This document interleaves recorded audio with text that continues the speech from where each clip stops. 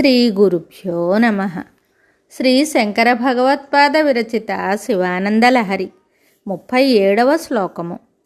దేవతలు పాలసముద్రాన్ని మధించి చంద్రుణ్ణి, కల్పవృక్ష కామధేను చింతామణులను, అమృతాన్ని, లక్ష్మిని పొందిన విధంగా పండితులు వేద సముద్రాన్ని మధించి కల్పవృక్ష కామధేను చింతామణి సముడైన సోమేశ్వరుణ్ణి పొందుతున్నారని శంకర్లు చెప్పారు. ఆమ్నాయాంబుధిమాదరేణ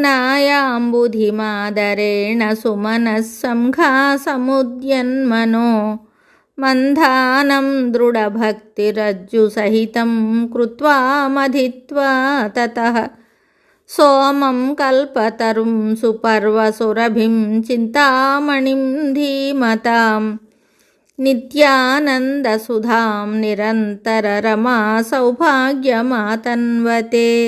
ఈ శ్లోకమునకు భావము: దేవతలు అందరూ మందరగిరిని కవముగా చేసి వాసుకిని తరిత్రాడుగా అమర్చి సముద్రాన్ని మధించి కల్పవృక్షాన్ని, కామధేనువును, చింతామణిని, అమృతాన్ని, లక్ష్మిని సంపాదించినట్లు విద్వాంసులందరూ తమ మనస్సును కవముగా చేసి భక్తి అనే త్రాడును కట్టి వేదములు అనే మహాసముద్రాన్ని మధించి ఆ వేద సముద్రము నుండి భక్తిశాలురకు కల్పవృక్ష కామధేను చింతామణి సముడును, నిత్యానంద స్వరూపుడును, మోక్షలక్ష్మీ స్వరూపుడును అయిన ఉమాసహితుడైన పరమేశ్వరుని పొందుతున్నారు. దేవతలు పూర్వము పాలసముద్రాన్ని, మందర పర్వతాన్ని కవ్వంగా చేసుకొని వాసుకుని తరిత్రాడుగా చేసుకుని చిలికారు.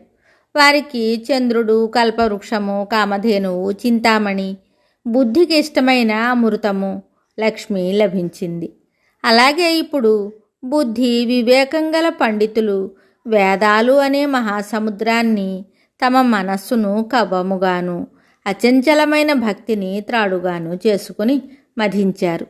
పండితులకు లభించిన ఆ మహాపదార్థం బుద్ధికి ఇష్టమైనది, కల్పవృక్షంతో సమానమైనది, అమృతము వలె శాశ్వతమైన ఆనందాన్ని ఇచ్చేది, నిరంతర లక్ష్మీ సమృద్ధి రూపమైనది అయిన ఉమాదేవితో కూడిన పరమేశ్వరుడు అనగా వేదాలను తరచి చూస్తే కనబడేది పార్వతీ పరమేశ్వరుల స్వరూపమే అని సారాంశము. దీనిని బట్టి ఆమ్నాయాల సారరూపమైనది సాంబశివుడు తప్ప మరి ఒకటి కాదని గ్రహించాలి. దేవతలు పాలసముద్రాన్ని మధించినట్లే భక్తులు కూడా వేద సముద్రాన్ని మధించాలి. అందుకు భక్తి అనే కవ్వాన్ని సాధనంగా ఉపయోగించుకోవాలి. అంటే అందరూ వేదములలోని పరమార్థాన్ని గ్రహించాలి. వేదవాంగ్మయ సారము సోమేశ్వరుడే అని గుర్తించాలి. చివరకు భక్తులు కోరుకునే మోక్ష సామ్రాజ్య లక్ష్మిని సైతము వేదవాంగ్మయ మథనము ద్వారానే పొందగలమని శంకరులు తెలిపారు. మరి ఒక శ్లోకంతో మళ్ళీ కలుద్దాం. శుభం.